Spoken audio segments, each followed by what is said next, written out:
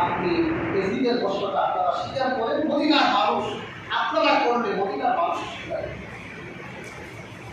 তখন আবু বকর বলেছিল তোমরা তিনটা আদর্শ মানো, রাসূলুল্লাহর আদর্শ, নতুবা আবু বকরের আদর্শ, নতুবা ওমরের আদর্শ। তোমরা তো চতুর্থ আদর্শ নিয়ে আমাদের কাছে ব্যর্থ হয়ে ফিরে গেল।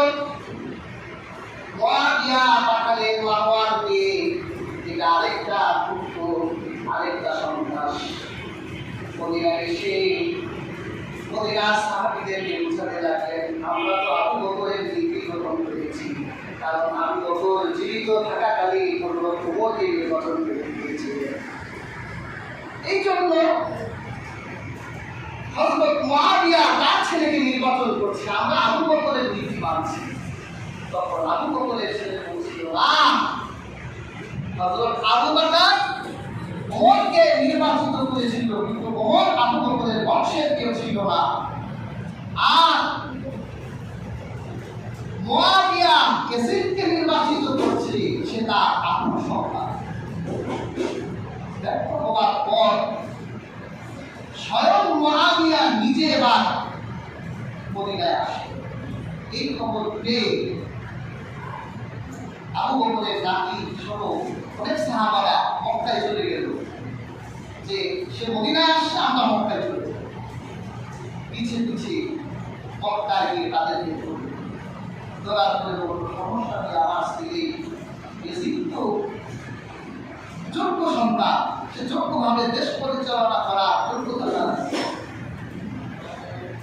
হযরত মুআবিয়া কি বলল,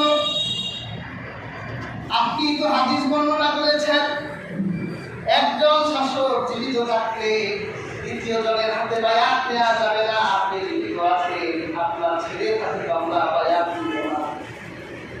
তখন মুআবিয়া নিজে ব্যর্থ হয়ে যখন রাজধানী সিরিয়ায় চলে গেলেন, তার সন্তানকে মৃত্যুর আগে ওসিয়ত করে গেলেন, বাবা আমি নিজে আল্লাহ খাতিরের মাটি সহ সমস্ত সাহাবীদেরকে সরান, কিন্তু কেউ বুঝল না। আমি যদি ইন্তেকাল করি তাহলে আমার ইন্তেকালের পর তুমি কখনো মানুষের সঙ্গে খারাপ আচরণ করবে না, আর মক্কা মদিনা যাদের ইজ্জত আছে, সম্মান আছে, কখনো তাদের ইজ্জত আর সম্মানকে নষ্ট করবা না। ঠান্ডা লাগছে। তখন মুআবিয়ার ইন্তেকালের পরে ইয়াজিদ ক্ষমতায় আসলো। আমার জীবনের শেষ ওসিয়ত ছিল মক্কা মদিনার সম্মানী মানুষের সাথে অসম্মানিত হওয়া। শুরু হলো তার অসম্মান। কে শুনে বাপের কথা? আমর নামের এক জালিম ব্যক্তিকে ওয়ালিদকে সরাইয়া সেখানে মদিনা গঠন করা হয়। এই পরিবেশ দেখে আল্লাহ রাসূলের নাতি ইমাম হুসাইন রাদিয়াল্লাহু তাআলা চিন্তা করলেন, এখন তো আর মদিনায় থাকা যায় না, বিরাট কি করবে, চাপ দিবে, এই চাপ একসময় তো বাধ্য হয়ে যেতে পারে। তিনি তার পরিবারের মানুষদেরকে বুঝাতে লাগলেন যে মক্কা থেকে আগে মদিনায় গিয়ে আমার নানা রওজা মুবারাকটা জিয়ারত করে আমি কুফা থেকে রওনা হব। আব্দুল্লাহ বিন ওমর শুনে তার চোখ বড় হয়ে গেল, আপনি কুফায় যাবেন মানে? যে কুফার মানুষরা আপনার বাবাকে হত্যা করলো, আপনি তাদের কাছে যাবেন? কিন্তু তার ভিতরে হাকিকত কি ছিল এটা তো আব্দুল্লাহ বিন ওমর জানতো না। এটা বোঝা যায় রাসূলুল্লাহ স্বপ্নে ইমাম হুসাইনকে ইশারা দিয়েছিলেন, আমার কলিজা টুকরা তুমি কুফা থেকে হিজরত করো, হয়তো আব্দুল্লাহ বিন ওমর দ্বারা হিজরত। আর ইমাম হুসাইন যে শহীদ হবেন, আল্লাহর হাবিব জীবিত থাকাকালীন বলে গিয়েছিলেন, আল্লাহ রাসূল সাল্লাল্লাহু আলাইহি ওয়াসাল্লাম একদিন হযরত আবু বকর এবং ওমরকে নিয়ে উহুদ পাহাড়ের উপর উঠেছেন। হঠাৎ করে উহুদ পাহাড়টা কম্পন শুরু হলো, ভূমিকম্প তৈরি হলো।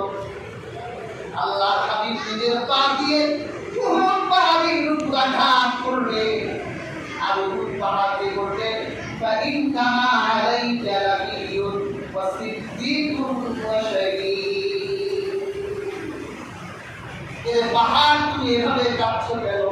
তোমার বুকের উপরে একজন নবী দাঁড়িয়ে আছে, একজন সিদ্দিক দাঁড়িয়ে আছেন, আরেকজন শহীদ দাঁড়িয়ে আছে। নবীকে রাসূলুল্লাহ, সিদ্দিক আবু বকর, শহীদ ওমর। কিন্তু তখনও তো ওমর শহীদ হয় নাই। আর ওমর যখন শুনল যে একজন শহীদ দাঁড়িয়ে আছে, ওমর বুঝে ফেললেন নবী হলেন রাসূল, সিদ্দিক হলেন আবু বকর, আর শহীদ হলা রাসূলুল্লাহ। ওমরের শাহাদাতে অনেক বছর আগেই তার শহীদ হওয়ার বিষয়। হযরত আব্দুল্লাহ বিন ওমর বলেন, আমি তখন হযরত হুসাইনকে যখন ছেড়ে দিব তখন বলে দিলাম,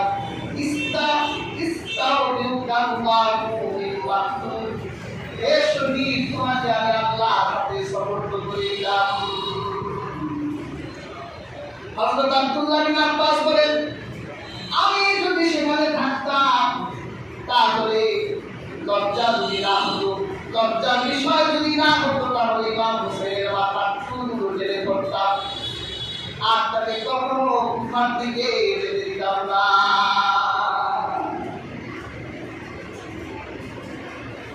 হযরত হুসাইন বলল, দেখো আমার কাছে কুফা থেকে 150 চিঠি পাঠানো হয়েছে। চিঠিগুলো খুলে খুলে বললেন, অমুক অমুক নেতারা চিঠি পাঠিয়েছেন। একবার রিফিউজ করা যায়, দুইবার রিফিউজ করা যায়, বারবার তো রিফিউজ করা যায় না। আর হাজির হযরত হুসাইন রাদিয়াল্লাহু তাআলা কুফার অবস্থা বুঝার জন্য তার আগে তার চাচাতো ভাই মুসলিম বিন আকিলকে কুফায় পাঠিয়েছিলেন। মুসলিম বিন আকিল যখন কুফায় গেলেন, কোন বাড়িতে উঠবে, কার কাছে তিনি থাকবে, তখন সেই কুফার এলাকায় কুফার সরকারি চাকরিরত একজন ব্যক্তি ছিলেন, তার নাম ছিল উমর বিন তামিম। তিনি বলল যে, মুসলিম বিন আকিল, তুমি তো আমাদের আত্মীয়, তুমি আমার বাসায় থাকো। যখন জানতে পারল কুফার হযরত ইমাম হোসেন রাদিয়াল্লাহু তাআলা আনহু গুপ্তচর ঢুকে গেছে, তখন কুফার শাসক ছিলেন আল্লাহর হাবিবের নরম সাহাবী ওমর বিন বাশির, তাকে কুফা থেকে পদত্যাগ করানো হলো। আর সবচেয়ে ধূর্ত প্রতারক আর জালিম উবাইদুল্লাহ বিন জিয়াদকে সেই কুফার গভর্নর বানায় দেওয়া হলো। উবাইদুল্লাহ বিন জিয়াদ বলল, আমি শুনলাম মুসলিম বিন আকিল নাকি এসেছে, কার বাড়িতে উঠেছে। আপনাদের একজন সরকারি চাকরিজীবী উমর বিন তামিমের ঘরে উঠেছে। উনকে ডাকা হলো, তোমার ঘরে নাকি শুনলাম মুসলিম বিন আকিল উঠেছে, আবার শুনলাম 12,000 লোক নাকি তার হাতে বায়াত নিয়েছে, সে নাকি ইমাম হোসেনকে চিঠি দিয়েছে। কুফার খতিবের জবাব নিয়ে আসে, প্রথম অস্বীকার করল, এরপর উমরকে জেলবন্দি করা হলো। তখন মুসলিম বিন আকিল চিন্তা করলো, যার বাড়িতে উঠলাম আমার মেজবানকে এভাবে জেলবন্দি করে রাখবে, মানা যায় না। তিনি 12,000 লোক নিয়ে দারুল ইমানাত থেকে রওনা হলেন, যেখানে উবাইদুল্লাহ বিন জিয়াদ তার বাসভবনের দিকে রওনা হলেন। দেখেন এই কুফার মানুষগুলো কত বড় মুনাফিক ছিল। 12,000 লোক রওনা দিল, যখন রাজপ্রাসাদের সামনে গিয়ে দাঁড়ালো, তখন মুসলিম বিন আকিল পিছনের দিকে তাকাই দেখলেন মাত্র 40 থেকে 50 জন লোক সেখানে। আর বাকি হাজার হাজার 11,000-এর বেশি লোক রাস্তায় চক্র পালাই দিয়েছে। খুব নির্মম ঘাস ঘটল সেখানে। মুসলিম বিন আকিলের উপর এমন আক্রমণ করা হলো, তিনি আহত হয়ে তার শরীর থেকে তখন রক্ত ঝরছে। তিনি পালাবার জন্য যখন রওনা করে এক বৃদ্ধ রমণীর কাছে গিয়ে তিনি বললেন যে, আমি আহলে বাড়ির আমি রাসূল করিম সাল্লাল্লাহু আলাইহি ওয়াসাল্লামের বংশের মানুষ, আমি আহত হয়ে গেছি, আমাকে এই ক্লাস করা যায়। মহিলার মনে দয়া হলো, তিনি মুসলিমদের নাতিকে আসতে। এরপর ওই বৃদ্ধা রমণী এক আত্মীয় ঘরের ভিতর ঢুকে মুসলিম নাতিকে পেয়ে গেল। তাকে ধরে যখন রাজপ্রাসাদে আনা হলো এবং পিপাসার্থ এবং ক্ষুধার্ত ছিল, তিনি তাদেরকে বললেন, যদি তোমরা আমাকে খাবার না দাও তাহলে আমাকে এক বছর পানি দাও, আমার কণ্ঠ ভিজাই।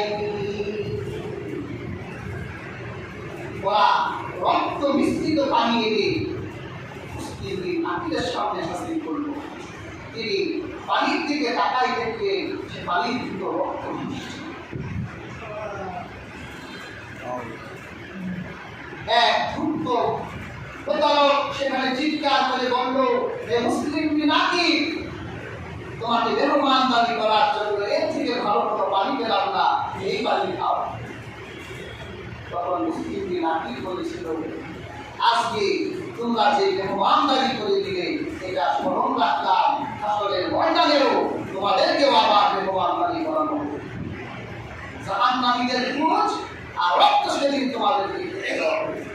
আর হাজরিন, মুসলিমদের নাকিকে রাজপ্রাসাদের সারের উপর দিয়ে ধাক্কা মেরে তাদের ছাদ থেকে ফিরিয়ে দেওয়া হলো। তিনি সেখানে শহীদ হলেন। তার মাথাটা কেটে তীরের আগায় বিদ্ধ করে শহরের প্রধান ফটকে জুলাই দিয়ে ওবায়দুল্লাহ বিন জিয়াদ করল, যারা গেছি এবং আমার বশ্যতা স্বীকার করবে না, শুনে রেখো তাদের পরিণতি প্রিয় হইবে। মুসলিম নাকি মারা যাওয়ার শহীদ হওয়ার আগে তিনি একটা চিঠি লিখে দিয়েছিলেন যে এই চিঠিটা যাতে ইমাম হুসাইনের কাছে পৌঁছে দেওয়া হয়, চিঠি যাতে ফাঁকে না আসে। কিন্তু রওনা তো দিয়ে দিয়েছেন ইমাম হুসাইন। তিনি প্রায় কারবালার কাছে চলে এসেছেন। এমন সময় তার হাতে চিঠি এলো, মুসলিম বিন আকিলকে শহীদ করা হয়েছে খুব নির্মমভাবে। তখন ইমাম হুসেন দেখলেন চিঠিতে লেখা মুসলিম বিন আকিল লিখেছেন, আপনি কোথায় আসবেন না। ইমাম হুসেন বলল, তাহলে কি বলা যায়, কোথায় গেলে পরিণতি খারাপ হবে। তখন ইমাম হুসেন সিদ্ধান্ত নিলেন যে তিনি কোথায় যাবেন না। কিন্তু ইমাম হুসেনের সাথে মুসলিম বিন আকিলের সন্তানেরা ছিলেন। বললেন, ইমাম হুসেন, আপনি যদি কোথায় না যান তাহলে না যান, কিন্তু আমার বাবার প্রতিশোধ দেওয়ার জন্য আমরা সন্তানরা কোথায় যাব।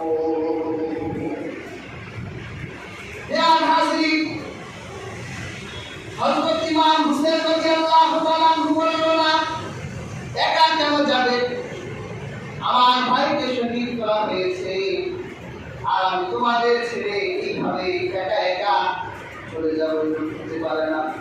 হযরত ইমাম হুসেন রাদিয়াল্লাহু তাআলা কাফেলায় তখন 100 ব্যক্তি ছিলেন, এর ভিতরে বেশিরভাগ ছিল নারী এবং শিশু।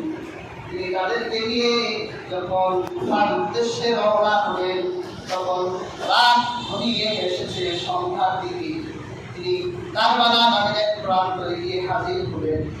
সেখানে ওবায়দুল্লাহ বিন জিয়াদ আমর বিন সাদ নামের এক ব্যক্তিকে 4000 সেনা দিয়ে পাঠালেন, যাতে ইমাম হুসেনকে কুফা নগরে ঢুকতে দেওয়া না হয়। কারণ কুফার মানুষ ইমাম হুসেনের চেহারা দেখলে ইমাম হুসেনের দিকে ঝুঁকে পড়বে। আল্লাহ হাবিবের নাকি আবেগ উঠে যাবে, কাজেই তাকে কুফায় যাতে ঢুকতে দেওয়া না হয়। তখন আমল বলল যে আল্লাহ রাসূলের নাকি আমাকে হুকুম দেওয়া হয়েছে, আপনি তো কুফায় ঢুকতে পারবেন না, আপনার চলতে হবে। তখন ইমাম হুসেন বলেছিল, এখন এই জায়গায় আছি, এই জায়গাটার নাম বলল, এই জায়গার নাম কারবালা। তখন ইমাম হুসেন বলেছিলেন, কারবালা, এই জায়গা তো বিপদের জায়গা, এই জায়গার ব্যাপারে তো আল্লাহ হাবিব রাসূলুল্লাহ আমাকে আল্লাহ রাসূল সাল্লাল্লাহু আলাইহি ওয়াসাল্লাম আমাকে দিয়েছেন।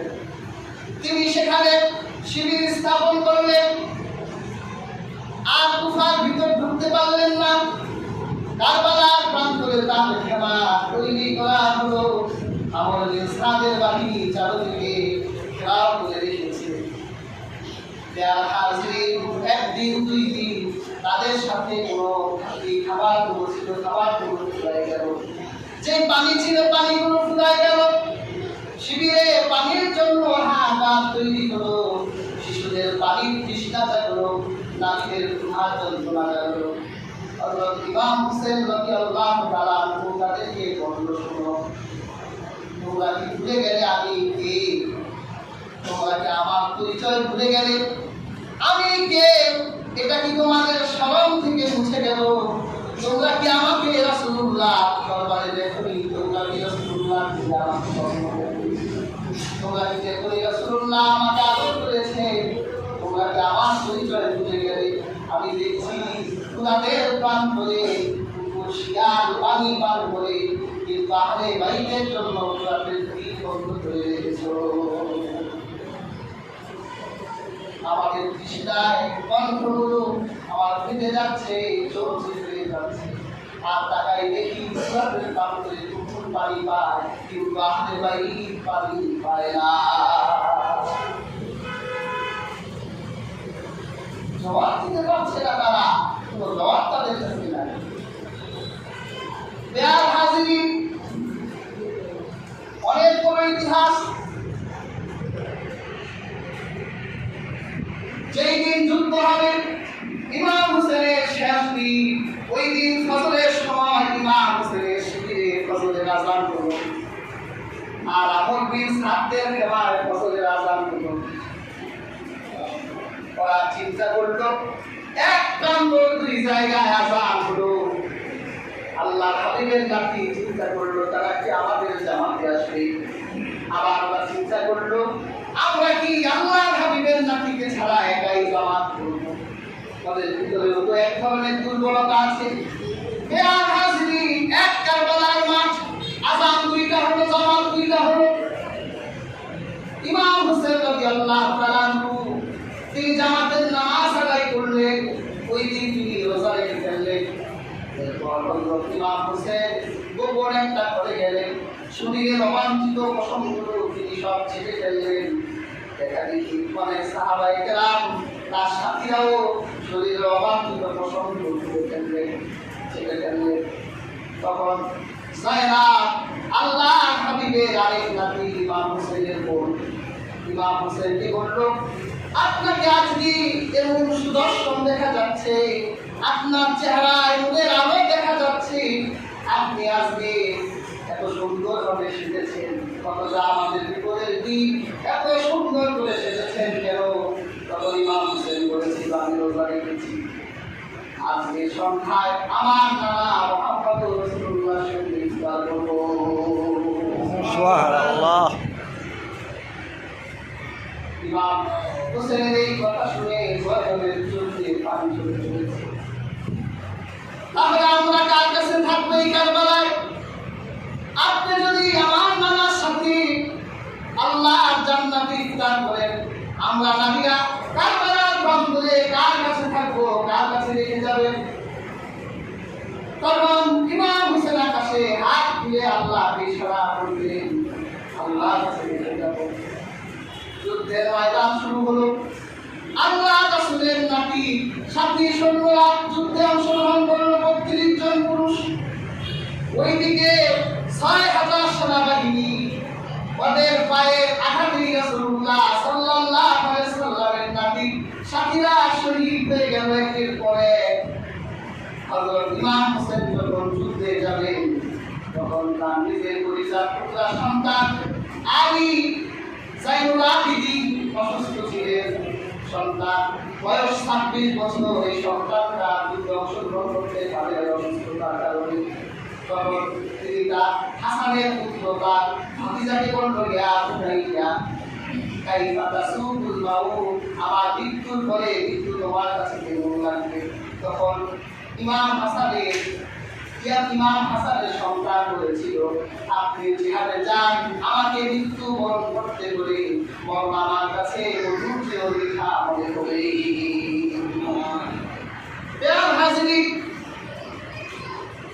আল্লাহর হাবিবের নাতি যুদ্ধে অংশগ্রহণ করল। একদিকে তিনি দাঁড়িয়ে আছেন, আরেকদিকে ইয়াজিদের বাহিনী। ইমাম হোসেন প্রথম তাদের আহলে বাইতের ভালোবাসার কথা শোনালেন। তোমরা যে হাতে অস্ত্র নিয়েছো, তার বিরুদ্ধে নিয়েছো, কে আমি আমাকে ঘুরে গেলেন তোমরা। আমি আল্লাহর হাবিবের নাতি, আমার ব্যাপারে আল্লাহর হাবিব আমার ব্যাপারে বলেছেন আমি জান্নাতের যুবকদের সরদার। তোমরা আমার বিরুদ্ধে অস্ত্র হাতে নিয়েছো।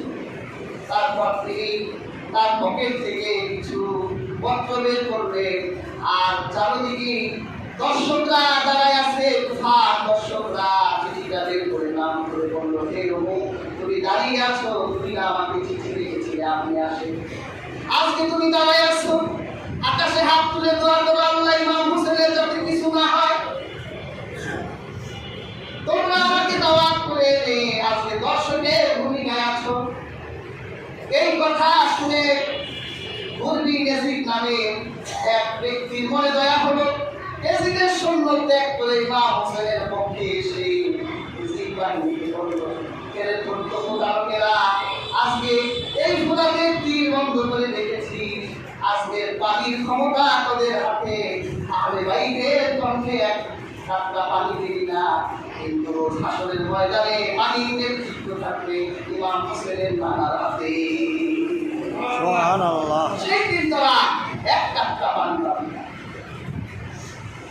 ইমাম হোসেন প্রস্তুতি নিয়েছে, তারা বলতে লাগলো আঘাত করো, কিন্তু কারো মানে সাহস হয় না, কে আঘাত করবে? রাসূলুল্লাহ নাতি দেয়। আমর নামের এক গুরুত্বপূর্ণ অস্ত্র নিয়ে ইমাম হোসেনের কাছে চলে আসে। ইমাম হোসেন রাদিয়াল্লাহু তাআলা দিন করতে তাদের বিরুদ্ধে লড়াই করতে লাগলেন। এক বর্ণনা এসেছে, তখন আসরের রক্ত হলো।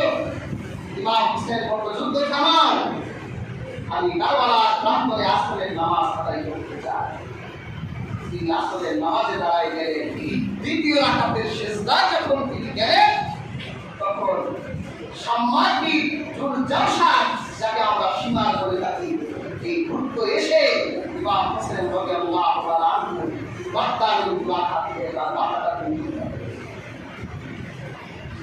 ইমাম হোসেন জিহাদে যাওয়ার আগে তার বোন জায়নাবকে বলেছিল, আমার পুরান কিছু কাপড় আছে, ওই কাপড়টা দাও। তিনি পুরান কাপড়ের উপর নতুন কাপড় পরেছিলেন। জায়নাব বলেছিল, ভাই আপনি দুইটা কাপড় পরলেন কেন? তখন বলেছিল যে গুহার এই লোভী শয়তানগুলো এত দ্রুত আত্মকারো, আমার ইন্তেকালের পর তারা হয়তো আমার নতুন পোশাকটাও ছিনাই দিতে পারে। তাই হলো তার নতুন পোশাকটা ছিনাই দেওয়া হলো। পুরাতন পোশাক দিয়ে কারবালার প্রান্তরে ইমাম হোসেন রাদিয়াল্লাহু তাআলা উপরে রইলেন। সেই দেহটার উপরে গোলার আঘাত দিয়ে দেহটাকে ছিন্ন বিচ্ছিন্ন করতে হবে। নাউজুবিল্লাহ। মাথাটা নিয়ে ওয়াইদুল্লাহ জিয়াদের কাছে হাজির করা হলো। হাজির তাদের এই হাজির যারা ছিল না, যে রাসূলুল্লাহ বলেছিলেন যারা এই শিশুকে ভালোবাসে তাদেরকে আমিও ভালোবাসি, ভুলে গিয়েছিল যে হাজির এই 10 মুহররমের সেই ইতিহাস স্মরণ হয়ে আছে। যুগে যুগ কালে কাল পর্যন্ত শিক্ষা দিয়ে গেছেন ইমাম হোসেন। রাজনীতির ময়দানে লোক আসবে, ক্ষোভ আসবে, রোষানল আসবে, তরবারি আঘাত আসবে, মাথা বিক্রি করো না, প্রয়োজনে মাথা দিয়ে দাও। এখন তো আমরা মাথা বিক্রি করি 100 টাকায়। নির্বাচনের শেষের 15 দিন 100 টাকা করে মাথা বিক্রি। আর ইমাম হোসেন মাথা বিক্রি করেনি, তিনি মাথা কেটে গোটা মুসলিম উম্মাহকে শিক্ষা দিয়ে গেলেন, রাজনীতির ময়দানে লোক আসছে, মাথা বিক্রি করো না, কারণ তুমি মাথা বিক্রি করলে তোমার মাথার মূল্য থাকবে না। আমরা ইমাম হোসেনের সেই আদর্শ ধারণ করতে চাই। আমরা জানি মৃত্যুর আগে আবার গোটা পৃথিবীতে খেলাফত আসবে, আমরা সেই খেলাফতের অপেক্ষায় আছি। কাজে আল্লাহ পাক আমাদের প্রত্যেককে এই 10 মুহররমে কারবালার ইতিহাস শিক্ষা